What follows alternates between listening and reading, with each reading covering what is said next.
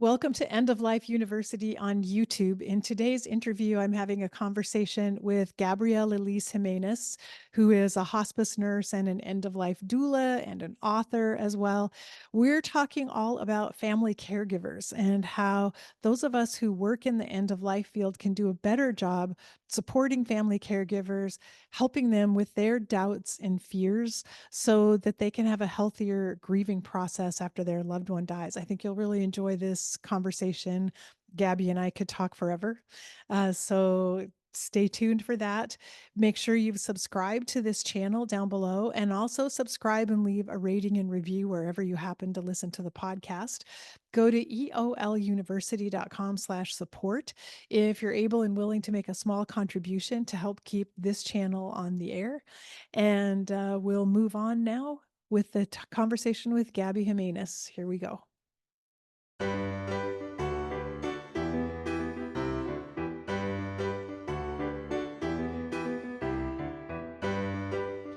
Today, I am very excited to welcome back my return guest, Gabrielle Elise Jimenez. And we're so excited to get to have a conversation together again. Gabby is a hospice nurse, end-of-life doula, death and dying educator, author, and blogger. Her Facebook community, The Hospice Heart, has become a safe place to have a conversation about death, dying, and grief, and now has at the time of this bio was written, 140,000 followers, and I bet it's a lot more than that actually right now, which Gabby refers to as the most compassionate and kindest humans. Her goal is to help improve the way human beings are cared for when they are dying, and that the care comes from a heart-centered place. And Gabby's website is thehospiceheart.net. And in our two most recent conversations, we've talked about two of Gabby's books. Oh, I want to mention her books. You have, I don't know how many, 10 books or something now, but 9. in our most recent conversations, we talked about Dignity Day, which is really, I think a handbook for people considering medical aid in dying that kind of walks patients and caregivers through medical aid in dying. It's an amazing book. And then the Doula Toolkit. And we've done interviews on both of those books, and I will link to those in the show notes. But I wanted to make sure to mention them. And so, Gabby, people can find all your books on your website. Is that right? Absolutely. You find everything on the website. So it's probably best to just start there because they can see all of your books if they click the books tab, and it's thehospiceheart.net. Click the books tab, you can see all the books. And then I know they're also all on Amazon as Mhm. well. You can But get all of them on Amazon. yeah, but go to the website first because that's where you'll find out about all the books. And it will And take you all the to, things that I offer, yeah, classes. yeah, so much more than just books. And so Gabby, you're just a wealth of knowledge and wisdom, both. And I love our conversations. So, welcome. Well, thank you for having me. I was really excited that you invited me to speak with you today because I do think that we really bounce off each other well, and we share such a common passion for this work and how people are cared for. So I was very much looking forward to today. Well, it's so very true. And I'm retired now from clinical medicine. So I spend my days in front of a laptop interviewing people. And so often I really long to be out in the field again. I miss it so much being with patients. And I felt like I need to talk with somebody who's still out there, who's still working in the field. And we need to share some of our stories and some of our passion about that. And immediately you came to mind, Gabby. So today we're doing notes from the field, we're going to call it. But we decided we would like to talk about the caregiver experience, about family caregivers.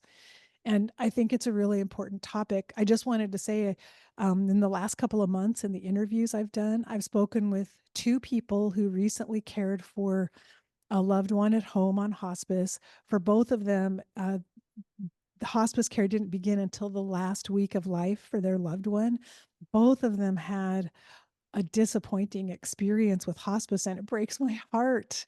And it just crushes me when I hear of caregivers not getting the support they need and having a challenging time. And I thought that's a great thing for you and I to discuss, not only for caregivers who might be listening, but also for people who work with caregivers to think about what kind of support they might need. I love that. I think it's an important conversation.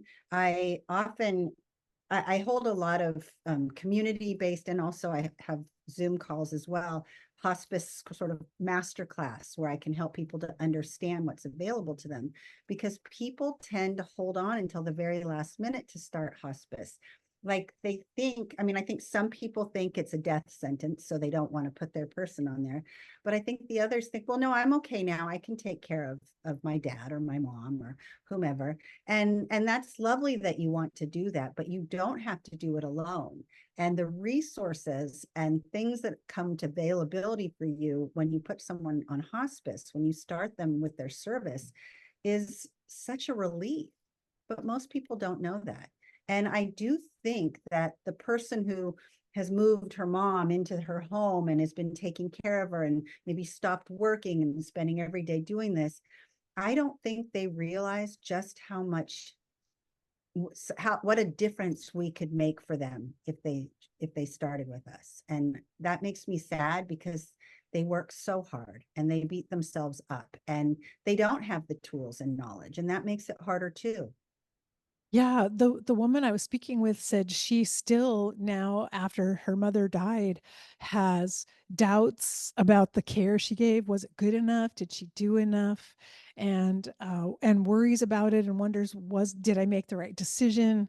Was this the best that could be for my mom? And you and I, as hospice providers, would say, absolutely, this was the best care. We know that from having been in the system. She got the best care that you could give, and you as as her loving daughter, I'm sure you gave her the best care. And yet to think that caregivers are plagued with these fears and doubts about whether or not they've done the right thing.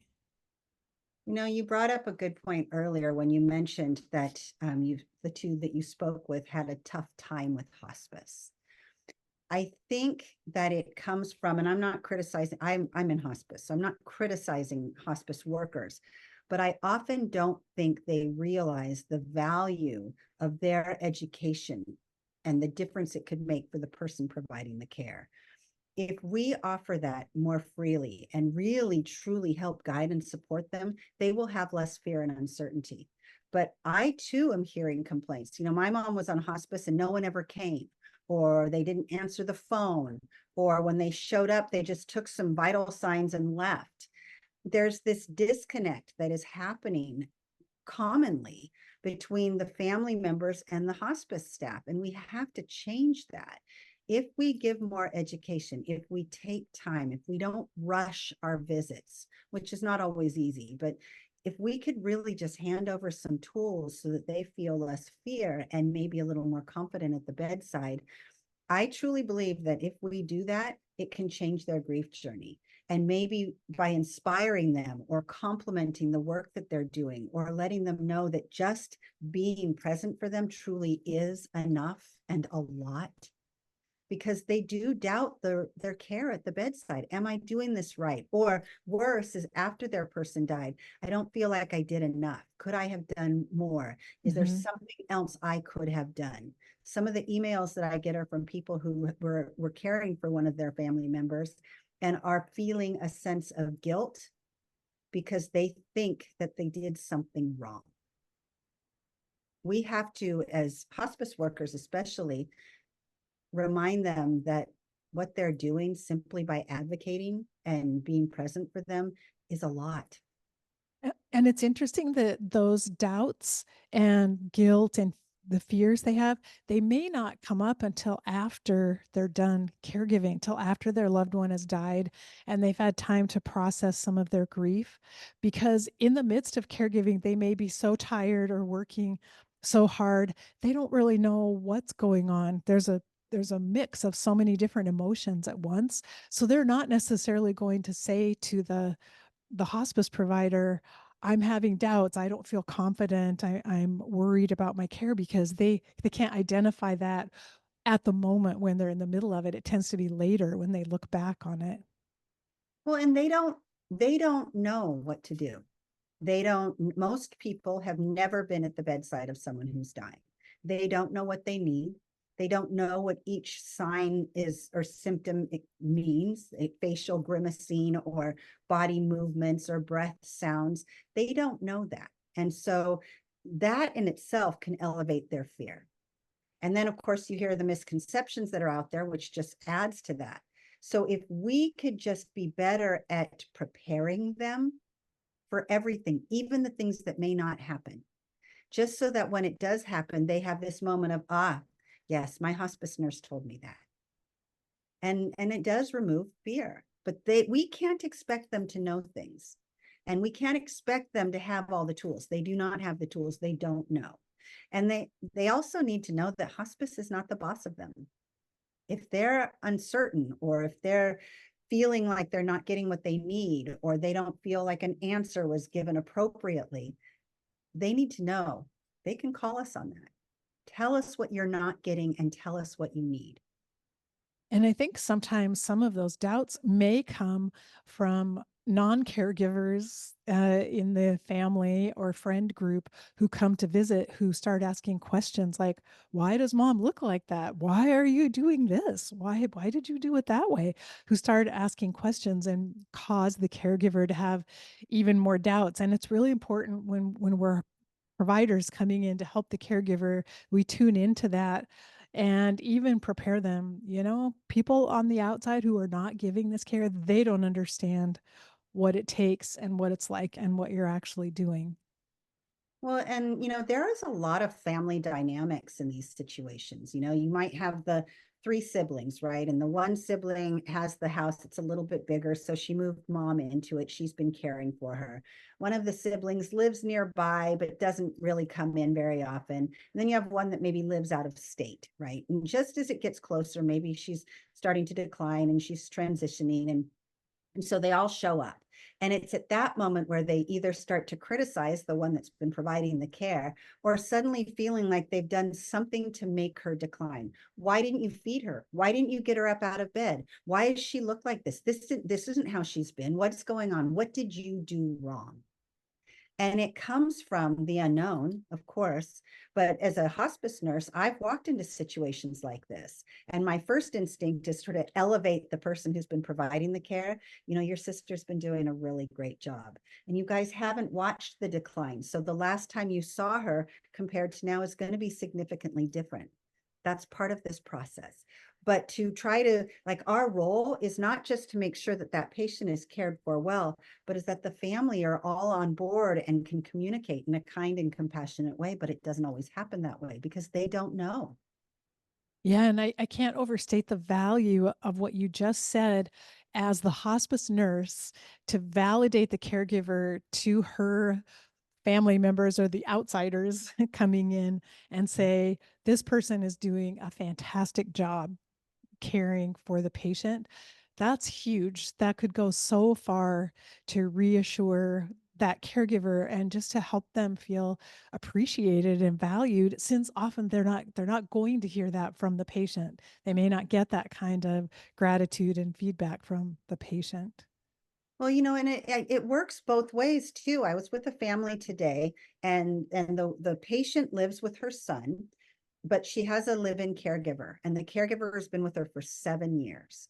And she's still coming from the perspective of, well, I'll give her a little bit more to eat, or I'll try to get her up out. They still want to do that. But I looked over as I was walking, they both walked me out the door. And as we were walking away, I turned around and I said, we'll call her Susie. Susie, you know her better than I do. So your words, your thoughts, your opinions, that's going to guide me to offer you more, support. So I want you to know that I really value and respect your opinions. And then I said to the son, I know you already know this, but your caregiver is doing an excellent job. And Mm. and the look on both their faces, this reassurance, I think we need to do more of that and applaud the people at the bedside, because we come in with all our tools, but we also walk out the door and they're the ones left behind.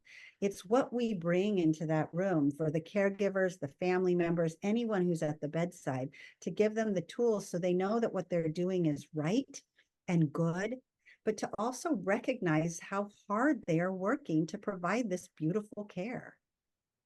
And just how challenging it is for anyone.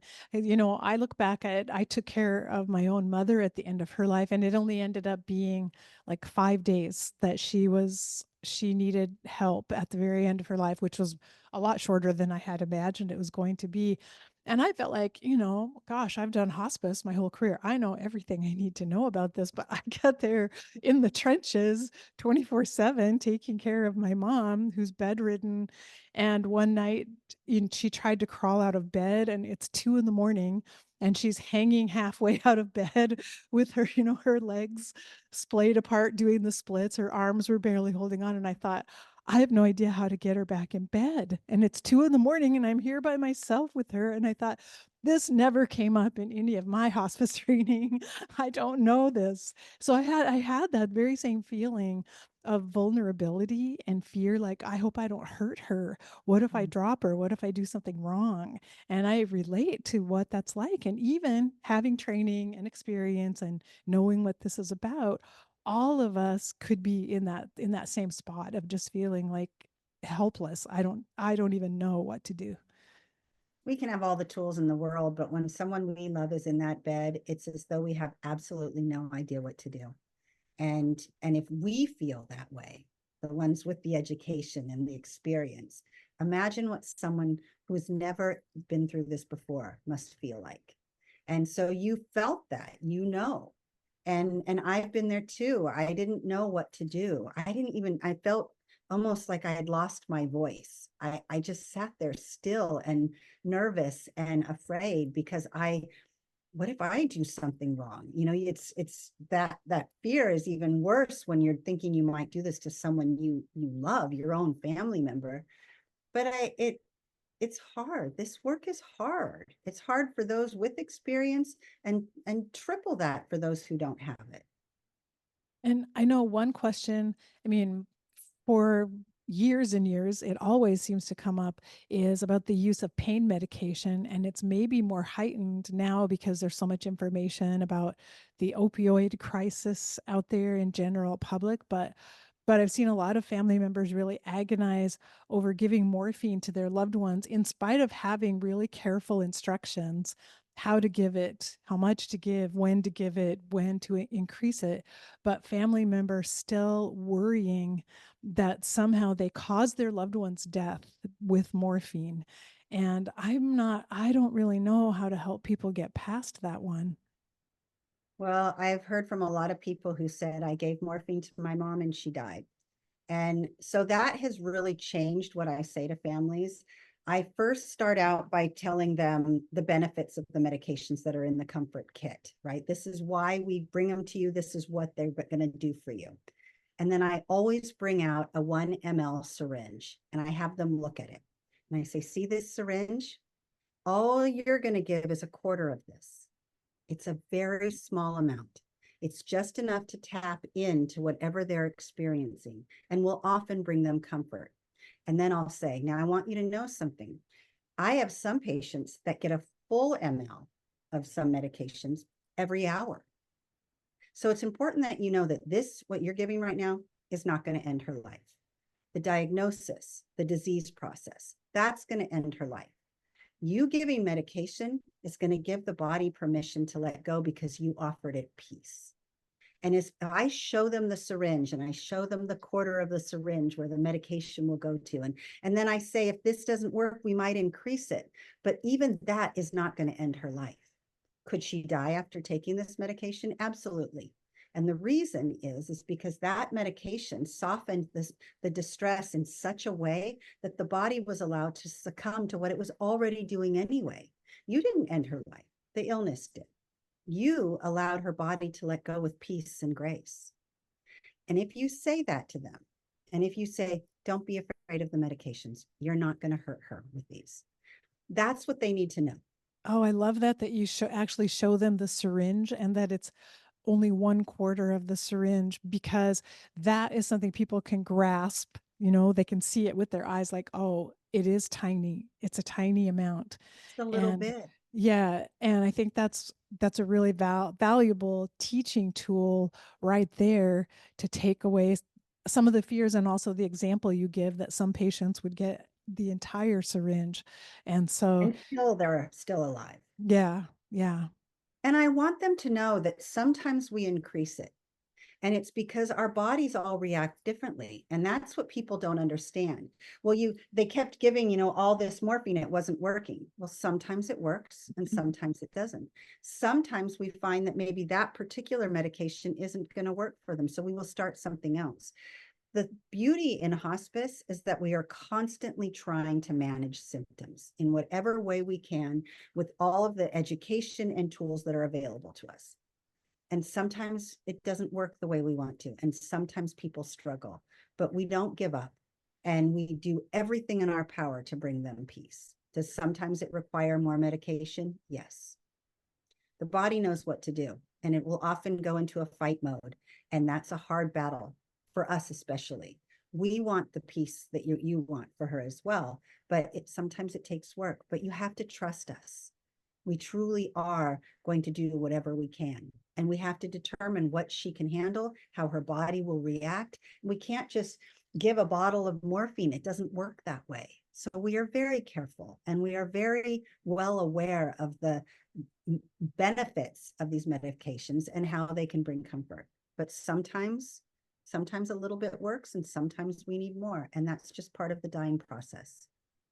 And it's such a good point that sometimes a patient will die fairly soon after a morphine dose, especially if they haven't had much pain medication. And it might be that they were experiencing pain that was causing them to hold on, stay in the physical and interfering with them letting go. And once you just alleviate the discomfort, as you said, there's this freedom and space now to just finally let go and complete the task of dying.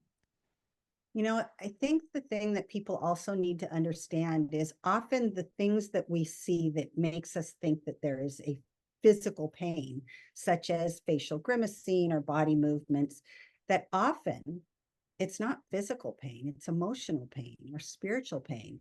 And the medication is not going to tap into that. And so when we realize that, then we have to come from a different perspective. But pain is a myriad of different things. And we have to figure that out. But often it's the emotional pain that makes it hard because I believe they're trying to process what's happening in their own life, to their own body, and understanding that the end is near, knowing what that means, facing that awareness. There's a lot of distress that happens to a person who is dying. Just because we can't see it and they can't verbally express it doesn't mean it's not there.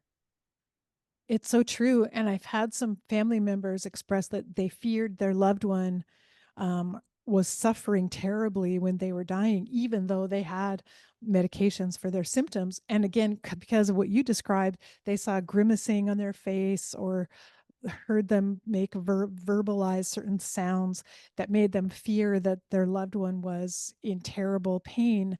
But I, I point out dying is just hard work. It's Yeah. hard. It is like labor in some ways, and it's it's hard work. And of course, we're going to see signs of how hard that person is working to process everything that needs to be processed, as you said. I'm not one that takes a lot of vital signs, especially blood pressure at the end of life. Personally, I don't think that's necessary. I mean, in some cases it might be, but for the most part, I just don't do that because I don't want to squeeze somebody's arm when they're dying. It's just not nice. But one of the things that I usually will do is I'll take the pulse ox, not to check their oxygen, but to check their heart rate. Because if I see that number is 135, I know that person is working hard. And that's what I use to explain to the family member.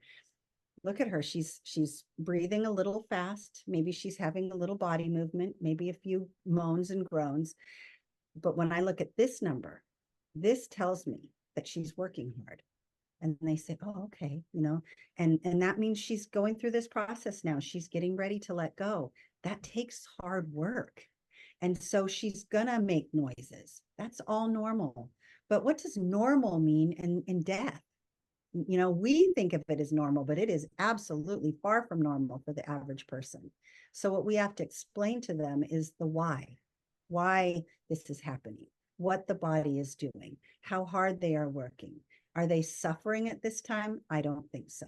Now, there may be some who are, but for the most part, at that point, when they're actively dying and they're maybe making some breathing sounds or body movements, I don't believe that they're suffering. In fact, I do believe that before the last breath is taken, there is a sense of peace that is felt. And I do believe they feel that in some way.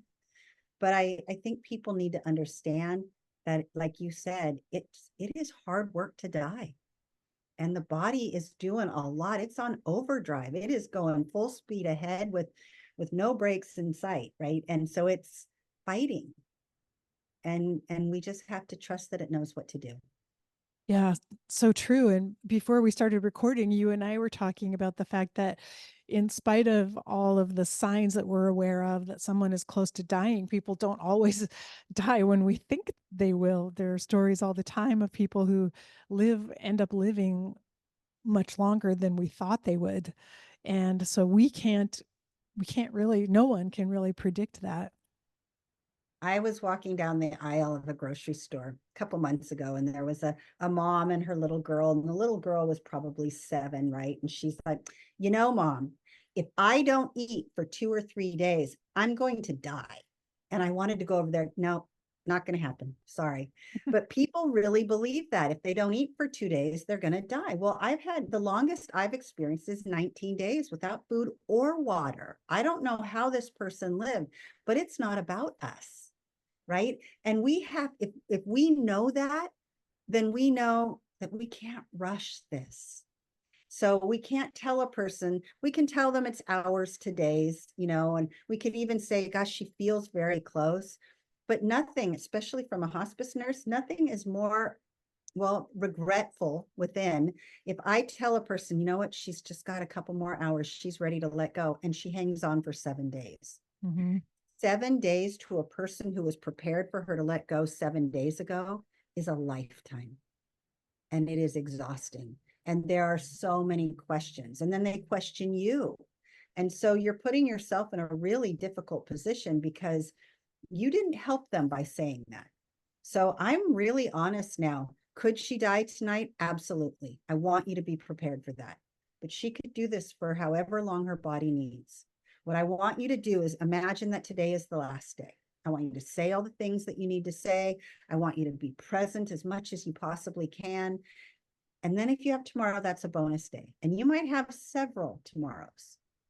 And if that happens, then that's when you need to give yourself permission to take a break, to step away, to go meet with friends, to sleep, to shower, to eat, to breathe fresh air, because you can't predict when. And I'm very certain, and I say this a lot, and you've probably heard me or read something that I've written, but I say this all the time. They don't take with them who is there at the last breath. They take with them who was there all along. And you were, and you are. And so if you step away and that person takes their last breath, you didn't abandon them or let them down. You gave them permission to die in privacy. People don't usually want an audience. So with that in mind, take a break, not only for yourself, but for them. People don't want to be stared at during their dying process. And if they had a voice, they would ask you to get out of the room. Give me some privacy. I need some privacy right now, because we smother the people who are dying, and we sit hour after hour vigiling for them, which is a beautiful thing because we don't want people to die alone. But at that point, are they alone if they've been cared for well this whole time? It's so true. And if you've been able to, as you said, to treat each day as if this might be the last day, say what you need to say, express your love, and be there. Oh, there's no reason not to take a break and leave the room, give the patient some space, but then not feel guilty if that person ends up dying while everyone's out of the room. Because I've seen it happen so many times. Every time I felt like this is what they were waiting for. They were waiting for this moment of finally, I have space, I have quiet. It's I still in can do here. this in private. And they don't Yes. want that to be the last thing you see. Yes. And so if we can tell the family that, I will often say, okay, I do feel like she's ready. It could be tonight. You may fall asleep in the chair next to her bed, or you may go take a shower, or whatever it is you're going to do. It's okay. You didn't let them down and you didn't abandon them. And then but I want them to know it could happen tonight. But I also want them to know you can do this for days. And if you wake up tomorrow and she has graced you with another day with her, then honor that, love her a little extra, but love yourself a little extra as well, because this could take some time. It's true. And don't sacrifice self care in an effort to be there every single moment. Just trust that sometimes the right thing is for that person to die on their own in private, as you said. That is what they're looking for. And I think caregivers, especially family members who are providing the care, there is this, I don't know, this feeling like they have to do this. They have to be the one that does everything. And I think one of the best things we as workers of end of life care, or really just because we have the knowledge and experience, is to let them know it's okay to have another person come in and provide care. If you have the financial means, hire a caregiver at least at nighttime so you can sleep. You are not letting them down by doing all the work yourself. It's not going to be healthy for you. But I think people are afraid to do that. Oftentimes they can't afford it, which that's unfortunate as well. But I think they feel like they have to do it all themselves, and they don't. They could ask friends to chip in. If there's a church group or a group of friends, or ask for help. You're not letting your person down by asking for help. Yeah, that's so very true and so important to encourage people to do that because again, caregivers are concerned about do other people think I'm doing a good enough job, and if they find out that I went out to dinner and the other night, would they think that was shirking my duty to take care of my mother? And I do think there's people out there that would say that. How could you leave your mother's bedside? She's dying. Well, first of all, it's none of your business. But if you were really a good friend, you would say, good for you for taking a break. I was just with a gentleman who told me, he said he's a little tired because he was over at his neighbor's last night and he had 2 cocktails and he hadn't done that in a really long time. And he said, do you think that was wrong? And I said, what do you mean? And he said, well, I haven't left the house in weeks and my neighbors invited me over for a birthday gathering and I wanted to go. And I said, good for you that you went. I think it's wonderful that you went. Did you have a great time? And he said, yes, but I don't think he would have told anyone else that he went there. That his wife was well cared for. He was right next door. It's not like he was going far away, but he was so riddled with this feeling of guilt. Why do we do that? And who are we to tell someone else how to go through this process? Yeah. He has been providing beautiful care, and that's what we should elevate and applaud. I feel bad for him because he was feeling that way. I was just like, did you have a good time? Was there good appetizers? Good for you. And I think he needed that because I don't think he had anyone in his corner that would have said that. Yeah, for sure. Well, and Gabby, it's so obvious to me, like you're such an open-hearted and caring person that the caregivers feel safe talking to you. So you're likely to have some of those questions asked of you and to have more caregivers who may come to you and express it to you when they're having doubts or concerns or fears about things. And for other hospice providers out there, I worry sometimes that people they get so busy and they have so many patients to see and they're rushing through everything they do that the energy that comes across to the caregiver may be, I don't have time. I don't have time to listen to you or to answer any questions. And the caregivers will just be quiet then and not say anything. And then you can't blame them, right? They've got full schedules, they've got a full patient load, they've got to do charting and try to have their own life as well. It is a lot, but you know what, this work is not about us. And when we enter the home of someone who is dying and someone who's preparing to say goodbye, we have to make that moment the most important moment. We don't bring our phones in, or at least turn them off. We don't bring our thoughts, our worries about where we've been and what we did and what we need to do. We go in there and we are fully present and we ask, what do you need from me? How can I help you? Is there anything that you're curious about or concerned about? And I'll look around the room. I do this sort of 5-point assessment, right? And I just look at everything and I think of things that might cause that person distress. I was at a house recently where the caregivers were cleaning the bathroom, and they were using bleach, and the whole house was filled, the room was filled with bleach, and I could smell it. It was burning my eyes. And I said, please don't take this offensively, but I would imagine that this is causing him some struggle here. He's having to breathe that. He can't tell you, it's burning my eyes. Can we open a window and maybe stop with the bleach? And and the wife looked at me and she said, you know, it bothers me too. Mm, And I thought to myself for a second, I think people think that the person in the bed, because they can't verbalize and say what's bothering them, that they're not bothered. But what if they can hear, like we say, and smell things in a way that is also heightened? All of those things are going to bother them.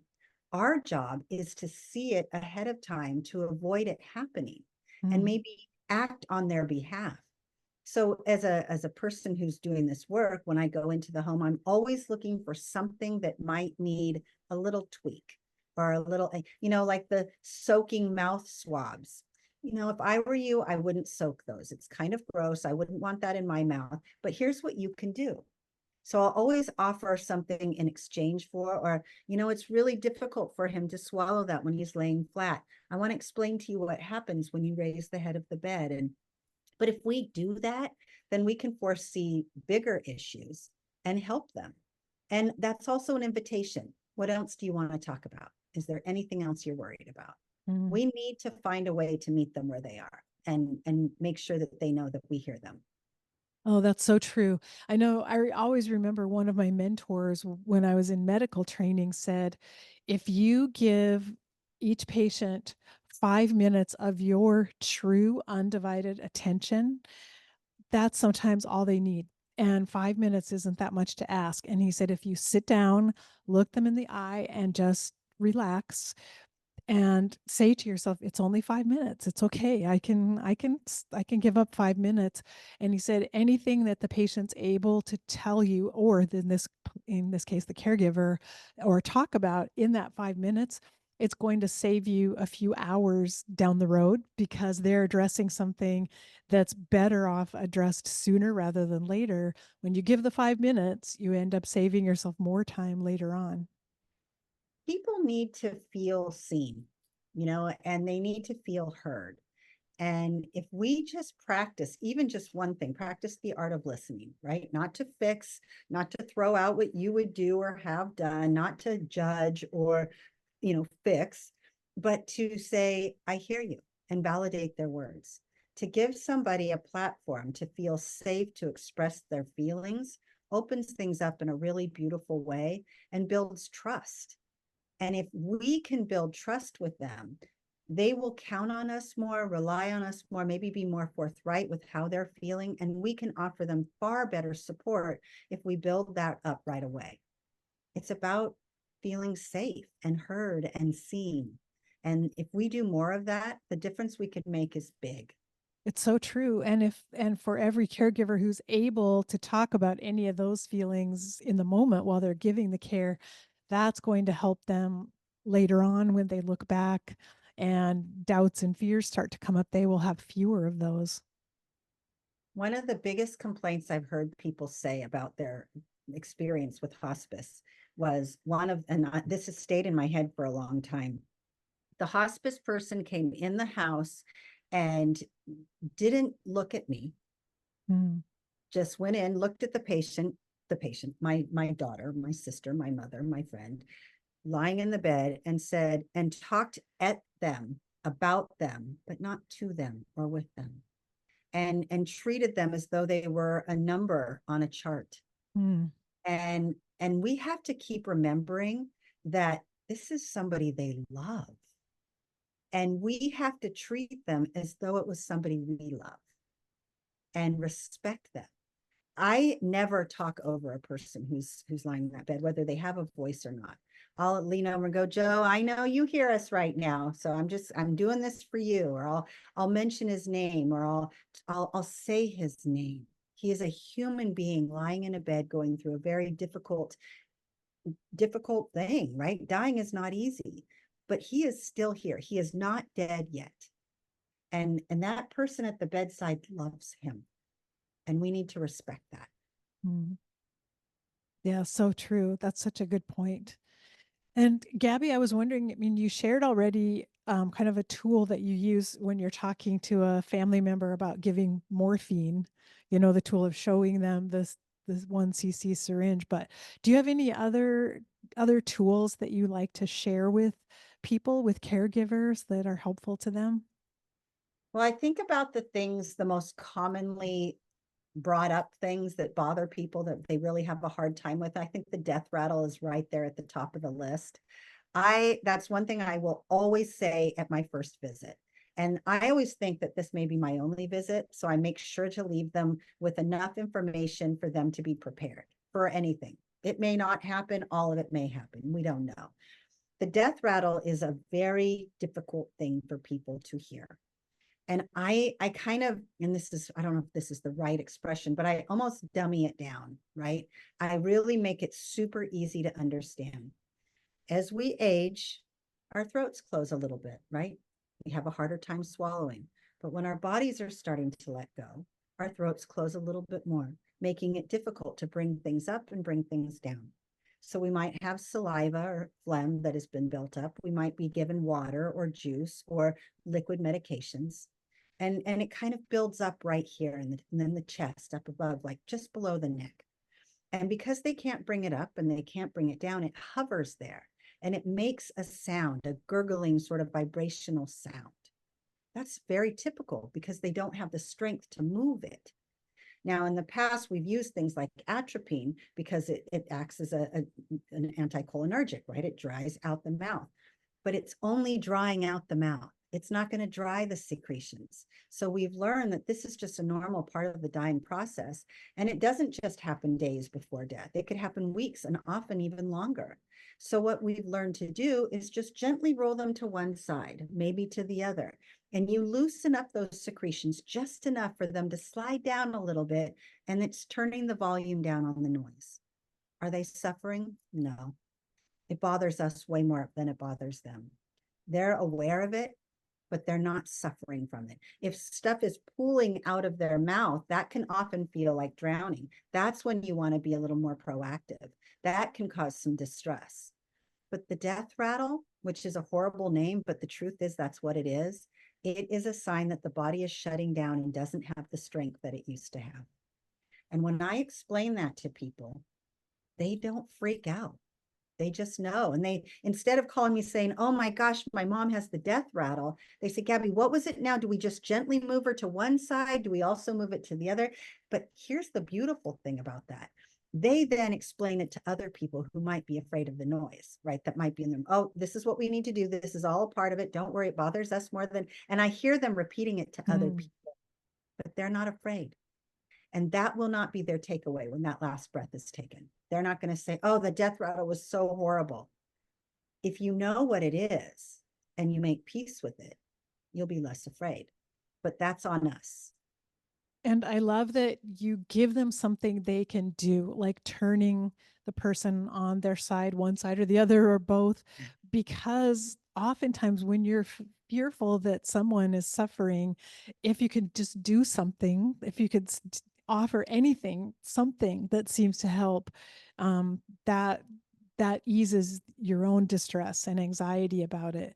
And I think that's why people used to use atropine, because it was just something to do. Just, well, it's at least something we can give them. It's actually not going to help. It may make the patient feel worse, but it's something to do. But that's really brilliant to just teach Just people in roll them. advance. Yeah, to roll them and address it ahead of time so you don't get that emergency phone call in the middle of the night.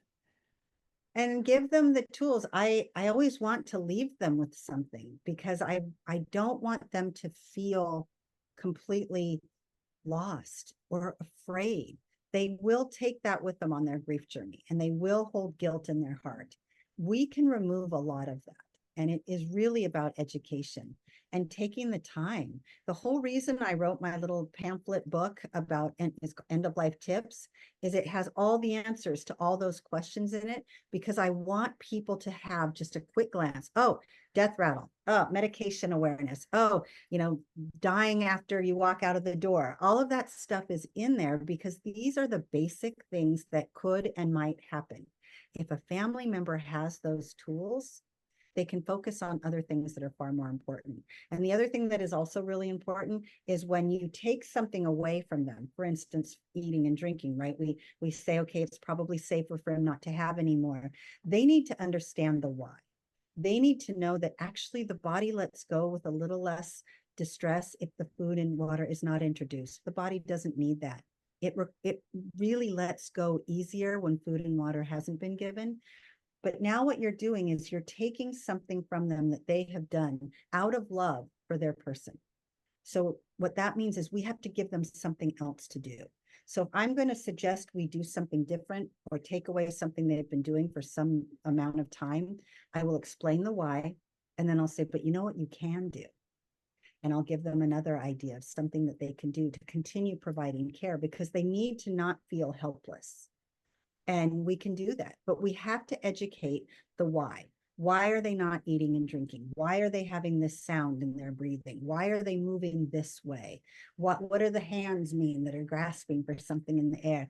If we can normalize the things that happen at the end of life and help the people who are caring for them by understanding it, we will reduce their fear and uncertainty, honor their curiosity, and perhaps make the last breaths a little gentler Mm. for all.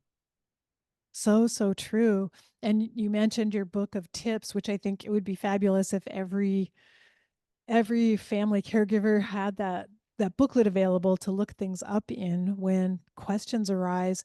Hospice providers should have it as well because it gives them tips on how to answer questions or even to think of the things they should address in advance. I love it that you talk about the death rattle, which we hate to say that term, Yeah. but in advance because it people have probably already heard about it from someone else or they're already dreading what if that happens to my loved one, and so to bring it up is really valuable. But it just occurred to me, my person that I talked to is filled with regret and doubt and worry that she wasn't a good enough caregiver. If she could read the book of tips right now and understand how all the things she witnessed with her mother were actually just the normal process of dying, Mhm. it might help her right now to realize, oh, it was actually fine. Like this is how it happens, and this is what it consists of, and it was all okay. Some people go years and years riddled with guilt because no one took the time to educate them and prepare them. And that is, you can't work through your grief when you are riddled with guilt. And it's, people need to understand that dying is different for each person. And people are, I had someone say, well, her nail beds aren't blue yet, so she's not close. Well, the nail beds don't always turn blue. The hands are not always cold. The breathing doesn't always change. There are so many things that happen at the end of life, just moments before or weeks before someone dies. And some people go through all of them and some go through none of them, just like people who die in their sleep. You didn't witness any of that. That cannot be predicted. We can't predict how someone is going to die. So because of that, we need to educate the family members so they're prepared. And if none of that happens, they probably feel a sense of relief. But if some of it happens, they also feel a sense of relief because Hmm. it's all a part of the process. Yeah, yeah. Oh, this is such an important conversation. I really feel like you and I having this conversation, it's one of our ways of disseminating this information, encouraging hospice providers and end of life providers and also end of life doulas to think about what they say to the caregivers they interact with and how important their words are, and how asking a simple question might make a huge difference, or giving some validation and just telling someone they're doing a great job. And then if there are any caregivers listening, I hope you're taking notes here and recognizing you are doing a great job, no matter what. And we're here to tell you that. Just being willing to be present for someone who is dying is big. You know, that's the heart-centered compassion we want for all human beings. And I think what I want caregivers to know is that we see you and we understand how hard it is. And we want you to know you're not doing this alone, and to please reach out to us so that we can help guide and support you. You know, you mentioned my Facebook page. The Hospice Heart Facebook page now has almost 150,000 people on there. And I get messages every single day. I'm at the bedside of my dad. My alarm went off. Sorry. That's a, I'm at the bedside of my dad right now, and he's doing this. And I'll respond, okay, just do this, or say this, or it's okay. Or this is what happened, and I'll respond and I'll tell. I get questions all the time just by what do I do? And then what's really beautiful is I witness conversations happening on my page. I'll post something, which will, of course, elicit a conversation, and people will write things, and then someone will respond to them. Oh, you're doing so well. My mom did that too. And what I've created is this platform for people to feel safe to have a conversation about death and dying and grief and everything in between. But what I'm finding now is people are being more open with their curiosity and less fear, because they know they have a safe place to go to for answers. And I think all of us need to do more of that. And if we do, I think we can remove the dark cloud that hovers over death and dying and hospice. mm, that's so beautiful. And I love how the participants in your platform end up helping one another too. It All the doesn't have time. to come from a hospice No, provider. Anyone who's been through this experience has more knowledge and wisdom, I mean, than actually probably a lot of doctors do about death and dying, who never witnessed a patient dying at home. And so absolutely. to show up for one another and encourage each other, and just validate what hard work it is, and what huge gift caregivers are giving to their loved one by being there for them. Karen, I have admittedly have learned some things from the people who respond to my posts. I'll write this post about something that I witnessed with a patient, right? Something that happened at the end of life. And I'll say, and this worked, and this is great, and this is the why. And then someone will say, well, this happened to my sister, and I did this. And I'm thinking, great idea. And then I let them know that is a wonderful idea. Thank you for sharing. I will use that. And then someone will say, oh, well, this worked for me. Wonderful. Thank you. I'm not going there thinking that I have all the information. I know I don't know it all. In fact, I am very well aware that I don't, and I'm constantly learning. So while I do put things out there, that's been my experience, I am constantly getting takeaways from the people who respond, and the ones who respond to those who respond, because they are teaching me something. And it reminds us that we don't know it all, and we cannot enter this work with ego. We can't assume we know it all. All I think is I've got a lot of experience and some tips and tools. I hope this helps you. It's not everything. I don't know it all. And if you know something better, tell me, please, because I want to learn more.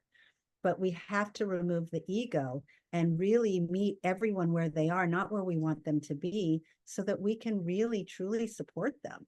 And they support us. I mean, when my brother was dying, I sat there and I didn't know what to do or say, even though I know what to do and say. I was really counting on them to guide me at the hospital. I didn't feel supported there. And I think it's because they thought, because I'm a hospice nurse, I know it all. And I looked at the nurse one day and I said, you know what? I am a hospice nurse, but I'm not an ICU nurse. I don't know what any of this means here. So I need you to know that I trust what you have to say. I need your support. I need you to guide me and tell me what to expect and what I can do to help him. And she looked at me and she goes, you know, I figured you didn't need our advice. I said, I totally need your advice. I respect the work you do, and I am no way going to tell you how to do it. And she was surprised, but we create these thoughts and ideas in our head of how other people might be feeling, but if we don't take the time to ask, then we won't know. Mhm. That's so true. And I think I love how what you're really describing like is happening through your Facebook page, but also through all the writing that you do. And I hope through our conversations here on this podcast, it's death literacy. Like we are teaching one another about death and dying, and all of us can be teachers and all of us are students. And We so, are a community, and yeah, we need to act like a community. And we can't compete with one another or one up and each other with our knowledge and experience. It's almost like we have to just kind of throw it all in the center and say, look, it's free for everyone. Let's just share our knowledge so that we can make sure that people who are dying are cared for well. They deserve it. yes, All so, human so beings. true. And the people who are caring for people who are dying Yes, as well. They need our care as well. Well, absolutely. Gabby, we're mentioning your Facebook group, so it's the hospiceheart.net on Facebook. Is So where it's it's the Hospice Heart, and it is on Facebook. I don't know. I think it is .net, but if you go to my website, there is a link there. okay, and I'll try to put a link in the show notes. And then who can join it? Anyone. Anyone? I don't charge. I don't have, you can subscribe to my website, but I don't charge for that. Okay. I don't, I also, I always like to point this out because I want people to know my purpose and intention, but I get asked all the time for people to, they want to pay me money to advertise like Nestle's chocolate or shoes or whatever.